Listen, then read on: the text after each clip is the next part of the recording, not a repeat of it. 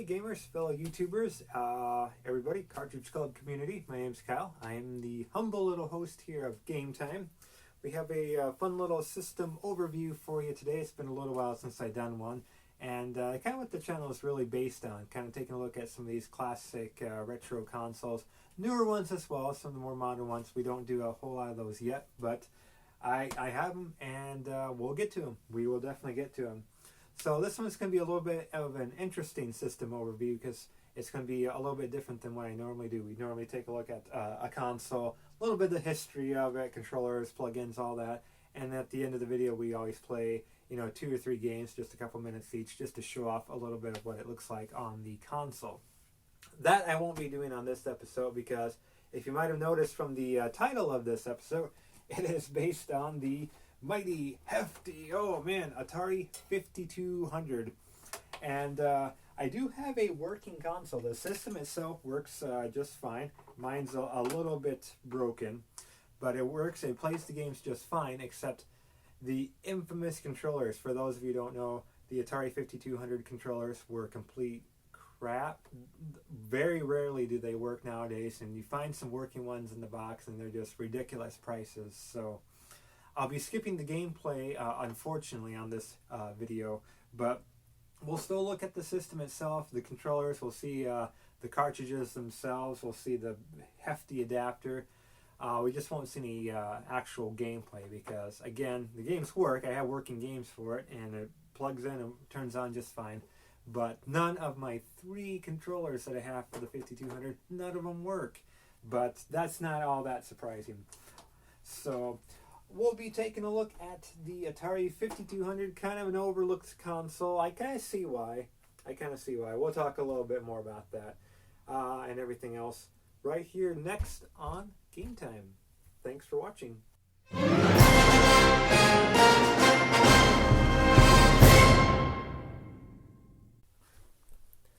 Alright everyone, here's the Atari 5200 itself. As you can see, kind of a pretty big beast right here. Here's the top of the system. You can't see too well. I do have some bad lighting. I do apologize for that. But here's where your Atari carts go. Right here.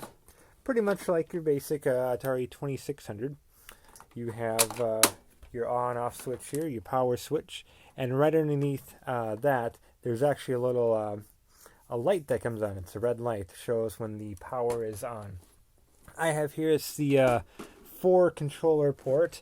I'll throw some extra light here. As you can see, we have the 4 controller ports. They did a later model where it was only just 2 controllers, and they kind of streamlined a couple things I'll point out in just a moment. I kind of regret not having that model, but I'll keep an eye out for it because this is still a system that I would love to play a little bit of, actually. I've had it for a while now. On the back, there really is nothing much on the back. On the side, on the bottom is kind of where the cord to the TV goes. And this is a handy little thing, depends on how you look at it. It's something you can open up and you can store your controllers in there. You can actually fit 2 controllers. I can't open it up too far because it will break off because it's an old system. But you can see that opens up, and then you can store 2 of your Atari 5200 controllers right in there like so, if you kind of wrap it up pretty nice and everything. And another one would basically go in there like so. So that's kind of a cause for, I think, cause for why it is so big like that. Anyway, the Atari 5200 itself, of course, was mainly manufactured to compete with the, at the time, Intellivision and ColecoVision. It was made in 1982, discontinued in 84, so only had about a 2-year lifespan. Pretty short compared to today's standards, where you get Sony's very adamant on their 10-year life cycle for PlayStation and whatnot. Very similar to the Atari computers at the time, the 400 and 800 Atari computers. Very much similar hardware, and games look very similar to that. The thing ended up selling about 1 million units, so not really terrible, but definitely not anywhere near what the Atari 2600 did. And a lot of that has to do with games. They just they weren't too new. A lot of the popular games for the 5200 ended up being Pac-Man and Space Invaders. In fact, I have some of those here. See, here's Pac-Man. You can play a little bit of a better version of it. Here's Miss Pac-Man. So here's what the cards look like as well. They're a lot wider than the normal 2600 cards. In fact, if you give me just a second, I will get a 2600 card. So here's, for example, Blanche, grab one at random. Kind of the difference here. They're a little bit wider, about the same thickness and everything, but just a little bit wider, a little bit taller as well. Some of the 2600 cards look a little different, 5200 cards, similar looking to the 2600 cards, where they look a little bit different, like so. Here's Super Cobra, Buck Rogers. Some of them have end labels, which is kind of nice because otherwise they don't. They suffer from the N64 problem of no end labels. Whereas the 2600 cards, you can always tell what game it was. Here's bowling because it says bowling, but nothing here. So a little hard to distinguish there. Fans of modern Xboxes will really appreciate this. Here's the big honkin' power cable. This thing's huge, and it doesn't just plug right into the system. So you have the adapter here. This plugs into the wall. There's your normal plug-in. So you have that. But this thing does not actually plug into the console itself. Instead, we get this at the very end of it, which, if you're looking for a place to plug it in on the console, nope, not with these original four controller ports. It actually goes to this. This plugs into your TV. Your power goes right here, or no, excuse me, it goes right down here. And you did it right because they will always spark out. They're pretty common for that. And then this goes to your TV. You'll have this, which is part of the the 5200, plugs right in here.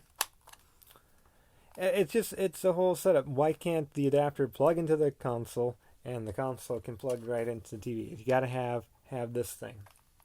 I think on that second model, the 5200, with just the two controller ports, I don't believe they have that. But this is an interesting setup. And lo and behold, despite all that, it actually works. I can get mine to turn on. I put a cartridge in. It shows up on the screen. It's all ready to be played. The picture comes through. It looks great and everything. But the only problem that I have in actually playing the games are these notorious 5200 controllers. Now the controllers themselves, okay, I kind of like it. They're fun to hold. There's a little joystick. You get the side buttons, very similar to the original Atari 5200. You even have up here, look at this, start, pause, and reset. You don't have to come up to the console itself and hit these buttons. They're right there on the controller. Pause, that's a pretty cool feature. And of course you get the dial pad. ColecoVision had it at the time. Intellivision did.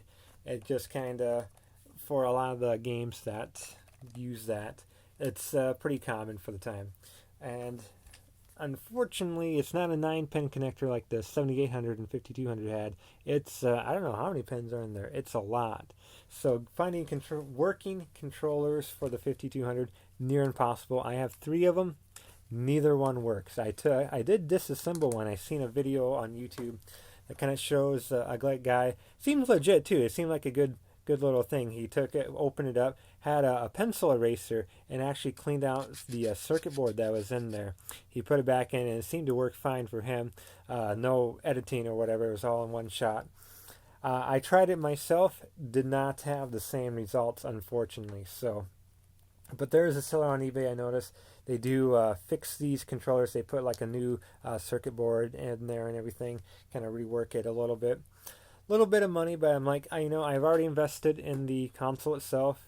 I've invested in, I forget how many games I have, probably a dozen or 15 Atari 5200 games.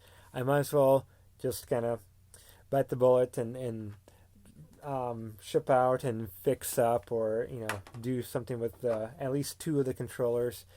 invest a little bit more money. That way I'll actually be able to play the system itself, and I think it's going to be just fine. Like I said, the games look like they play pretty good on that. So what else do I want to mention? That's really nothing too much else. Again, just these controllers, they're notorious. You can do Google searches for them. They're pretty bad, and a lot of them just rubber. It's a non-centering joystick as well. So, meaning, look at that. You don't doesn't center. Everything's all rubbery. So I get why they are just not. They weren't built to last whatsoever. Otherwise, if they work just fine, I don't think it had too much of a problem. It's kind of a fun little hold. Nothing too different than, like I said, the ColecoVision and controllers like those. So, but yeah, it was ultimately discontinued a short time later, just because the Atari 7800 came out. Eventually, video game crash. You know that happened in 83, 84. Home computers were starting to be a bigger deal then. So it just kind of got overlooked, unfortunately. So unfortunately, a bad go for Atari there. But at least we had the 2600. That will always be, I think, a favorite for many people. So otherwise, I don't really have anything else to really say about the system. I wish I could show you a little gameplay footage, but again, if you're on YouTube, just search some 5200 game footage. I'm sure there's a lot of great channels who show off game footage and have a working controller or two that they can play their games on. So I'll point you in their direction. I'm sure they're just fine. Otherwise, itself, I like the system. I wish I could play it. It looks like they have some fun little games. There was only about 69 or 70 games released. A few of them exclusively to the 5200, but a lot of them we've seen before, arcade ports and games that were on the 2600 and would again be on the 7800. Very few of them were just exclusively to this console. Again, comments on maybe games that you recommend for the 5200 or your own personal thoughts. Leave a comment and don't feel too shy. I always try to respond within a few days or whatnot. I see them all. So everyone, thanks for watching and subscribing if you've done so. And we'll see you later on for more console reviews and maybe some gameplay footage of some older retro Atari games. Check out the Atari playlist if you're on YouTube. Check out the playlist. It's all Atari goodness. And we'll see you next time on Game Time. Thanks for watching, everyone.